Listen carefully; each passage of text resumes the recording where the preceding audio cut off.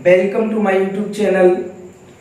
Last video में हम लोगों ने आवेशन का इलेक्ट्रॉनिक सिद्धांत पढ़ लिया था। इलेक्ट्रॉनिक सिद्धांत में आपने ये समझा था कि जब इलेक्ट्रॉन स्थानांतरित होते हैं तो वस्तु आवेशित हो जाती है। इस वीडियो में आवेशन की विधियां बताऊंगा कि कितने प्रकार से आवेशन हो सकता है। तो आवेशन की विधियों में सबसे पहली जो विधि है वो है चालन विधि। मैं समझा देता हूं इसे। इसका जो नोट्स होगा, पीडीएफ नोट्स डिस्क्रिप्शन में आपको मिल जाएगा, वो वहां से आप लिख लेंगे। मैं यहाँ केवल समझा देता हूं। तो जब हम किसी आवेशित वस्तु को किसी अनावेशित चालक के संपर्क में लाते हैं तो उस अनावेशित चालक पदार्थ पर भी उसी प्रकृति का आवेश उत्पन्न हो जाता है जो जिस प्रकृति की आवेशित वस्तु थी। यदि आवेशित वस्तु पर धनात्मक आवेश होगा तो उस चालक पर भी धनात्मक आवेश उत्पन्न हो जाएगा। यदि आवेशित वस्तु पर ऋणात्मक आवेश होगा तो उस चालक पर भी ऋणात्मक आवेश उत्पन्न हो जाएगा। ये जो मेथड है आवेशन का, ये चालन विधि कहलाती है। इसके बाद इसमें आपकी जो दूसरी विधि है वो है घर्षण विधि।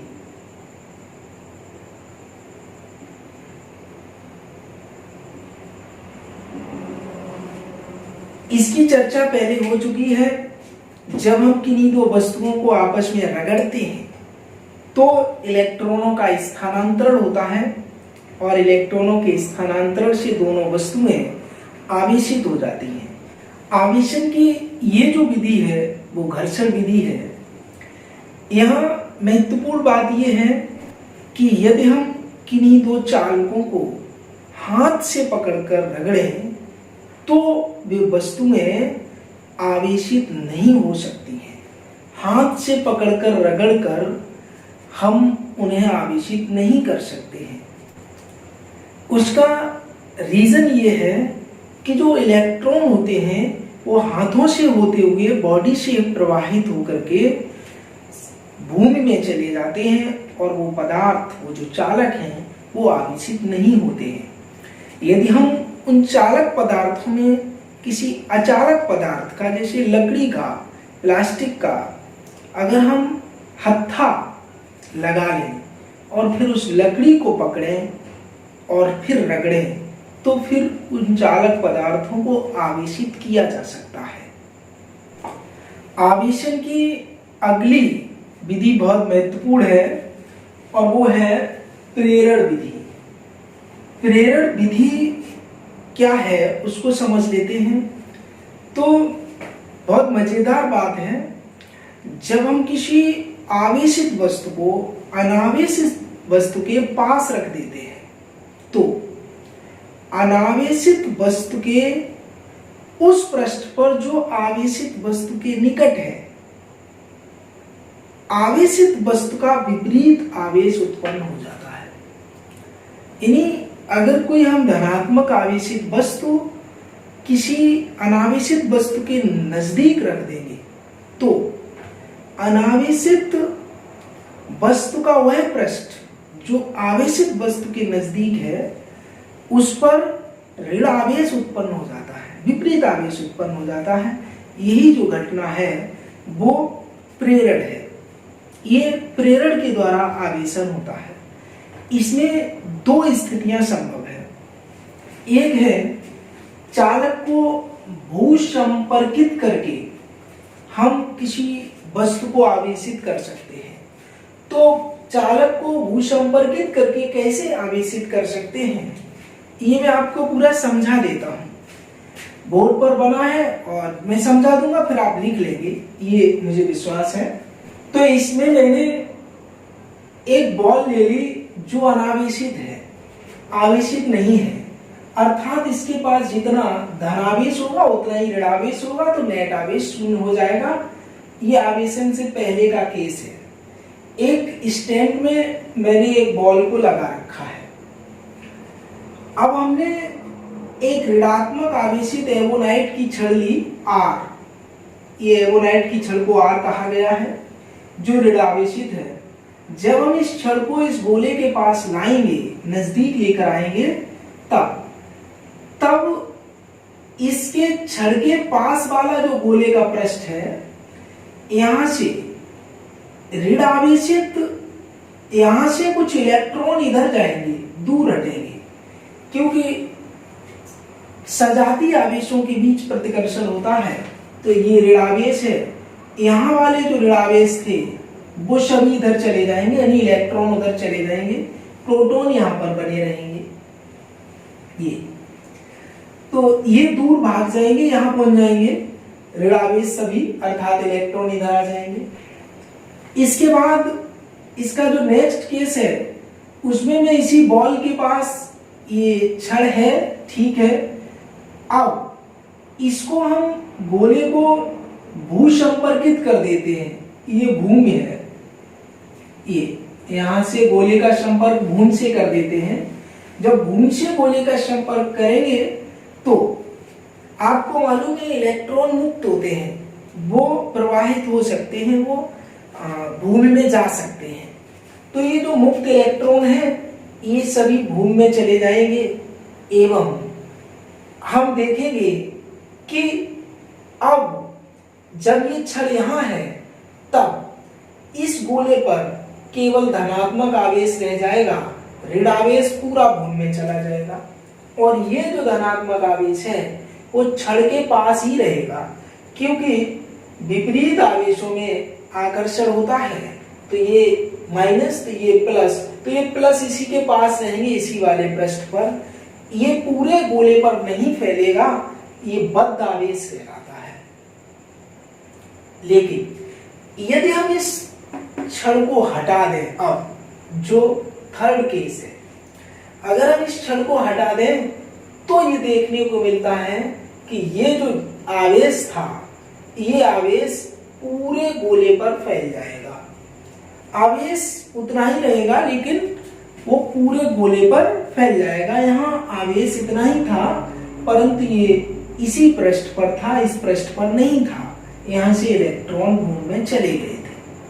तो आपने देखा कितनी मजेदार बात है कि एक ऋणावेशित छड़ का प्रयोग किया, अनावेशित गोला था, ऋणावेशित छड़ का प्रयोग किया और गोले को धनावेशित बना दिया, छड़ हटा दी, अब ये धन आवेशित गोला होगा।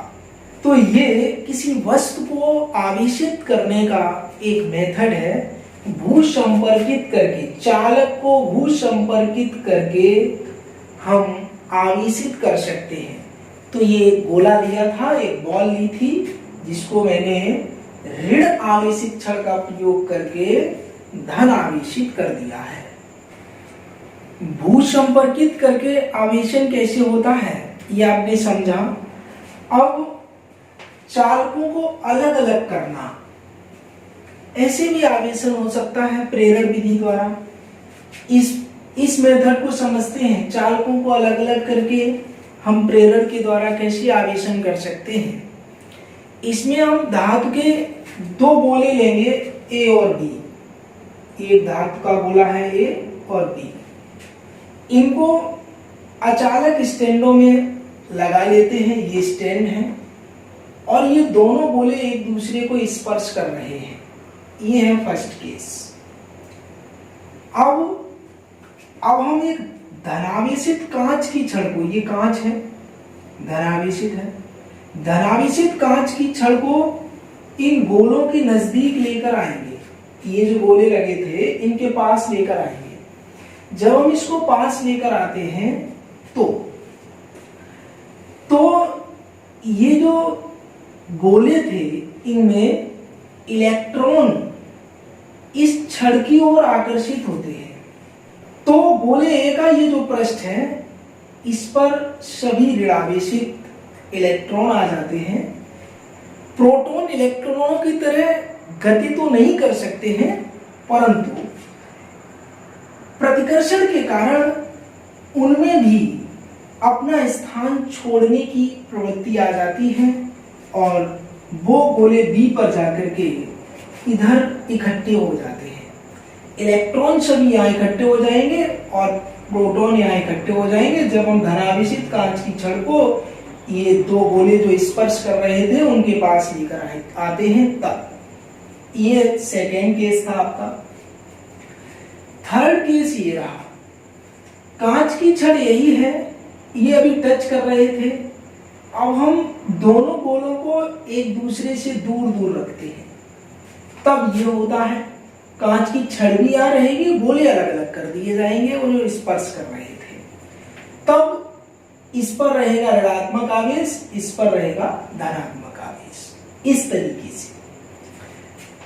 केस फोर्थ में अब यदि हम छड़ को हटा लें तो आवेशों का पुनर्वितरण होता है और ये दोनों गोले एक दूसरे को आकर्षित करते हैं। क्योंकि ये ऋणावेशित था, ये धनावेशित था, छड़ के कारण तो ऐसी कंडीशन थी, जब इस छड़ को हटा लेंगे तब ये ऋणावेशित है, ये धनावेशित है, तो विपरीत आवेश हो गया, एक दूसरे को आकर्षित करते हैं।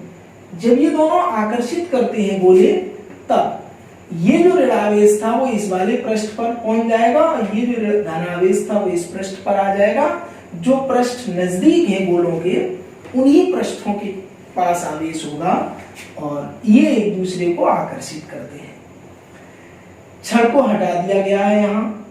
इसके बाद यदि हम इन गोलों को दूर दूर रख दें, अब बहुत दूर रख दें, तब देखने को ये मिलता है कि ये वाला जो गोला था, गोला ए, ये और बी, ये जो गोला था ए, इस पर ये जो ऋणावेश था वो पूरे गोले पर वितरित हो जाता है, एवं गोला बी जिस पर धनावेश था ये भी पूरे गोले पर वितरित हो जाता है। ये तब हुआ है जब इनको इतनी दूर रख दिया गया है कि एक दूसरे को गोले आकर्षित नहीं कर सकते हैं। इस केस में इतनी दूर रख दिया गया है, तब ये दोनों गोले एक दूसरे को आकर्षित नहीं करेंगे तो आवेश इस तरीके से वितरित हो जाता है। तो आपने ये देखा, बहुत इंटरेस्टिंग है कि एक कांच की छड़ ली हमने, धनावेशित, ये गोले थे जिन पर कोई आवेश नहीं था, उदासीन थे, क्योंकि कोई भी जो धातु होती है, कोई भी पदार्थ जो होता है वो उसके परमाणु उदासीन होते हैं। इलेक्ट्रॉनिक सिद्धांत में आपने पढ़ा था, जितने प्रोटॉन होते हैं उतने इलेक्ट्रॉन होते हैं, जोड़ के 0 हो जाता है तो नेट आवेश 0 है। ये जब एक छड़ को लाए तो कुछ ये देखने को मिला कि इलेक्ट्रॉन गोले ए पर आ गए इस पृष्ठ पर और प्रोटॉन गोले बी के इस पृष्ठ पर पहुंच गए धनावेशित कांच की छड़ को लाने पर। फिर छड़ को वहीं रखा, गोलों को थोड़ा दूर कर दिया तो ये देखने को मिला। फिर छड़ को हटा लिया, जैसे ही छड़ को हटाया, ये वाला केस आप देख रहे हैं, तो आवेशों का पुनर्वितरण हुआ और ये दोनों गोले एक दूसरे को आकर्षित करने लगे। तो ये जो ऋणावेश था वो इस वाले पृष्ठ पर आ गया, ये जो धनावेश था वो इस पृष्ठ पर आ गया। ये इसके बाद जब इन गोलों को इतनी दूर रख दिया गया कि ये एक दूसरे को आकर्षित न कर सके, तब केस 5 आपको प्राप्त हुआ कि गोले ए पर, पूरे गोले पर ऋणावेश वितरित हो गया, गोले बी पर धनावेश वितरित हो गया। इस तरह से मैंने एक धनावेशित कांच की छड़ का प्रयोग करके प्रेरण विधि के द्वारा दोनों जो दो गोले लिए थे, एक गोले पर ऋणावेश एवं एक गोले पर धनावेश उत्पन्न कर दिया। ये प्रेरण विधि है और चालकों को अलग अलग करके हम आवेशित कर सकते हैं। जब हम लोगों ने आवेशन के बारे में पढ़ लिया, कैसे कैसे आवेशन हो सकता है, तब अब मैं बात करता हूं आवेश का चिन्ह कैसे पहचाने। तो आवेश का चिन्ह पहचानने के लिए एवं कोई वस्तु आवेशित है ये पहचानने के लिए एक युक्ति का प्रयोग किया जाता है जिसका नाम है विद्युतदर्शी। इसका मैंने फिगर बना दिया है, बाकी मैं बोल रहा हूं, बहुत सी बातें भी याद हो जाएंगी आपको। साधारण सी युक्ति है, कांच का एक जार ले लिया जाता है, ये कांच का जार है। उस कांच के जार में धातु की एक छड़ आर लगा दी जाती है। धातु की छड़ आर से सोने की 2 पत्तियां लगी रहती हैं, ये L1 L2। इस धातु की छड़ का संबंध, ये यहाँ कॉर्क लगा होता है, या यहाँ ये कह सकते हैं कि लकड़ी की फिटिंग है, ये कॉर्क कह सकते हैं, ये कॉर्क है यहाँ। और ये जो धातु की छड़ है वो इधर जाकर के इस घुंडी से, ये धातु की ये घुंडी लगी रहती है, से संबंधित रहती है। ये छोटी सी इसकी संरचना है। ये पहचान सकती है, इसकी हेल्प से हम ये पता कर सकते हैं कि कोई वस्तु आवेशित है। यदि ये विद्युतदर्शी अनावेशित है तो ये केवल ये बता सकती है कि कोई वस्तु आवेशित है। जैसे अगर ये अनावेशित विद्युतदर्शी है, तब अगर हम यहां पर इस घुंडी से कोई आवेशित वस्तु स्पर्श करा दें, इस घुंडी को कोई आवेशित वस्तु छुए, तो ये जो पत्तियां हैं ये दूर दूर हो जाती हैं, ये फैल जाती हैं। कुछ ऐसी भी विद्युतदर्शियां हैं जिनमें ये पत्तियां केवल हिलती हैं, एक पत्ती केवल हिलती है, परंतु यहाँ हमें ये समझना है कि जब हम इससे कोई आवेशित वस्तु को टच कराएंगे तो ये पत्तियां फैल जाती हैं। परंतु यदि हम इस विद्युतदर्शी को पहले से आवेशित कर दें, अगर ये कोई आवेशित विद्युतदर्शी हो, जब ये कोई आवेशित विद्युतदर्शी होगी, तब यदि हम किसी आवेशित वस्तु को इस घुंडी से स्पर्श कराएंगे तो ये पता कर सकते हैं कि ये जो आवेशित वस्तु थी, ये जो टच करा रहे थे, वो किस प्रकार का आवेश है, वो धनात्मक आवेश है अथवा ऋणात्मक आवेश है। तो ये होती है विद्युतदर्शी, जिसकी सहायता से हम ये पता कर सकते हैं कि कोई वस्तु आवेशित है अथवा नहीं, या ये पहले से अगर हम इसको कोई आवेश दे चुके हैं तो ये पता कर सकते हैं कि जो विद्युत आवेश था उसका चिन्ह क्या है। ठीक है, तो फिर आज का वीडियो यहीं फिनिश करते हैं, मिलते हैं नेक्स्ट वीडियो में। नेक्स्ट वीडियो बहुत महत्वपूर्ण होने वाला है, उसमें एक एग्जाम में आने वाला क्वेश्चन होगा कूलाम का नियम, उसको मैं पढ़ाऊंगा और उससे संबंधित आपको बहुत कुछ पढ़ने को मिलेगा। बहुत सी न्यूमेरिकल्स वहाँ बनेंगे जो एग्जाम में भी 12th में पूछे जाते हैं।